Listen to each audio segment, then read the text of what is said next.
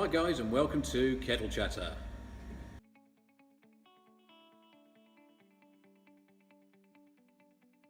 This week is all about our first set of semi-finals.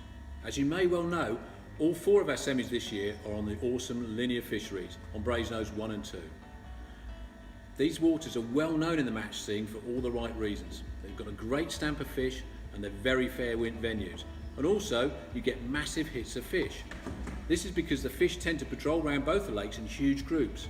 So when they pass in front of you, it's vital that you maximise the time there before they move off again. And that's why the match anglers love it, because it can all be about efficiency and teamwork to get the most out of your swim. So, onto the detail of the matches. Let's start with B1. I'm going to start with a quote from an angler that many of you will know, Steve Blow, who said at the end of the match, "I've witnessed the odd haul or two on B1, but what happened on Sunday morning was beyond belief." Okay, so you get the idea of how the match went. So prior to the carnage of the Sunday morning, the fishing was fairly slow on B1, but it was baking hot. The only pair to make any progress at all really on the first 18 hours was Steve Blow and Jack Funnell. So back in peg 6, Steve Blow and Jack Funnell, and it's just gone mad here. They've had a really quick fire 4 fish. I mean, we've come round just the last 15 minutes, they've just landed 4 fish, so we're just trying to get them in and out as quick as we can now. But being a match, they're desperate to not lose the opportunity because the fish are feeding hard in front of them at the moment. So as you can see, this is what match fishing is all about really, trying to be organised. I think we wanted to try and take a nice brace shot, so that's one of the better fish that Jack's just weighed in this put back. While Steve's obviously intently watching what he's doing. Loads of fishing, I'm assuming. Yeah. As the morning progressed on Saturday, it was clear that the fish were on the move. Current champs Kev Hewitt and Mark Bartlett put 11 fish on the bank to propel themselves into first place. Former champs Neil Rivers and Chris Holmes got themselves into the mix, as did Sean Dolson and Lee Sims.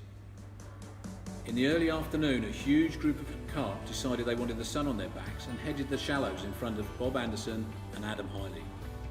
To say the guys made hay while the sun shone, well, that was an understatement. By 10 o'clock of that evening, with their backs in absolute agony, they'd banked 23 fish for an incredible 516 pounds, all of them off the top, including this double take of a 32 and a 29.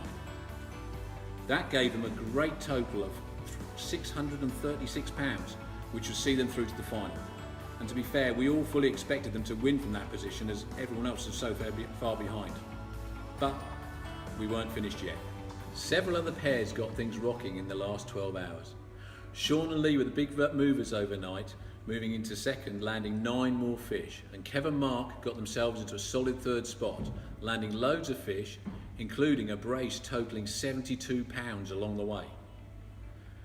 This all left Steve Blow and Jack Funnell, our early leaders, hanging on to 4th place, the last qualifying spot. The final few hours saw complete carnage in 2 swims. Sean and Lee really got amongst the fish, catching 19 in the last 6 hours to knock Bob and Adam off top spot.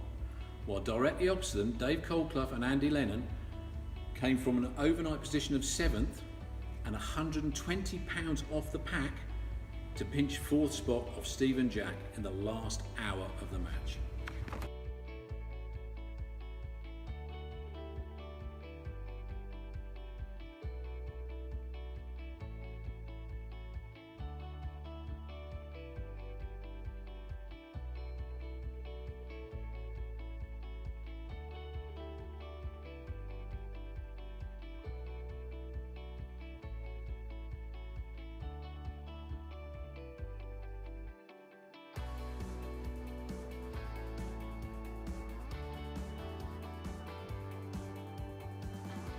Meanwhile, on B2 there were another 13 pairs trying their best to get themselves into the final. The match had a very different feel, as a few fish were being caught out all over the lake, and the more favoured bowl end wasn't doing a lot to start with.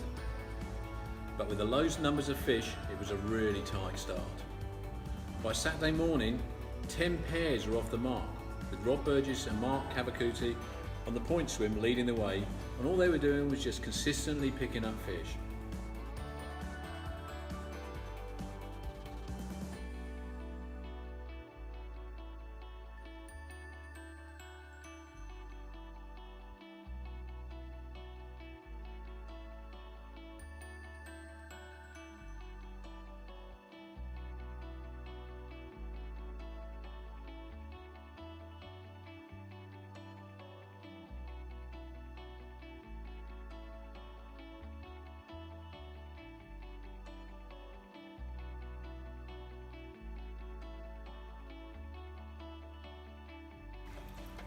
Stunning.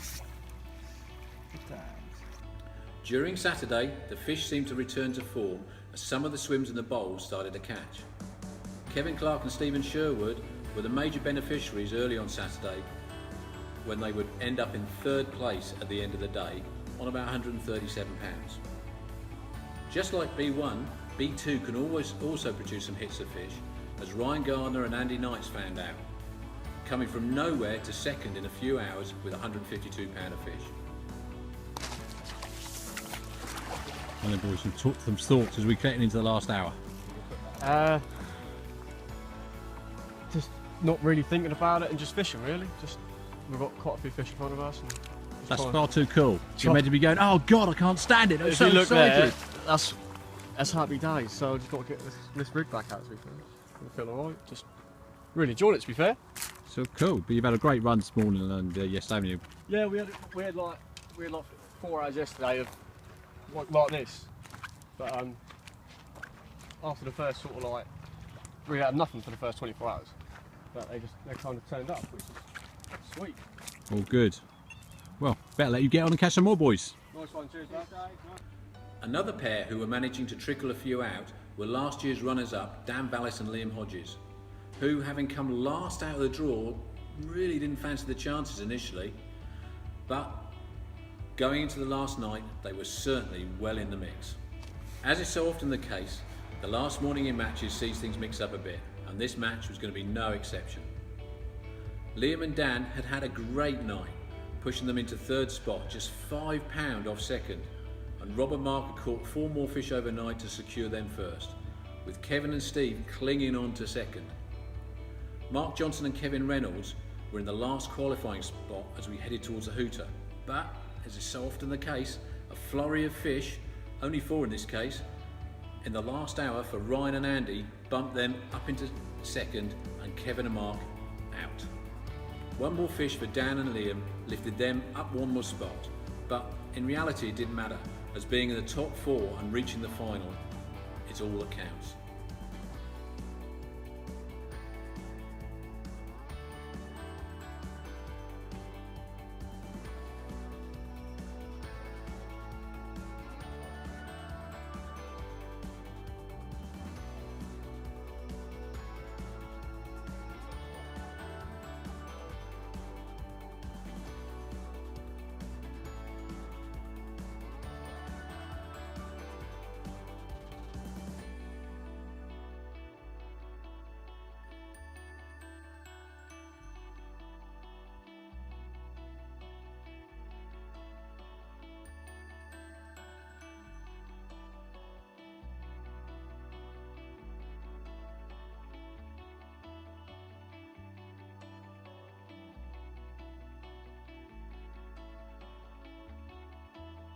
Yep.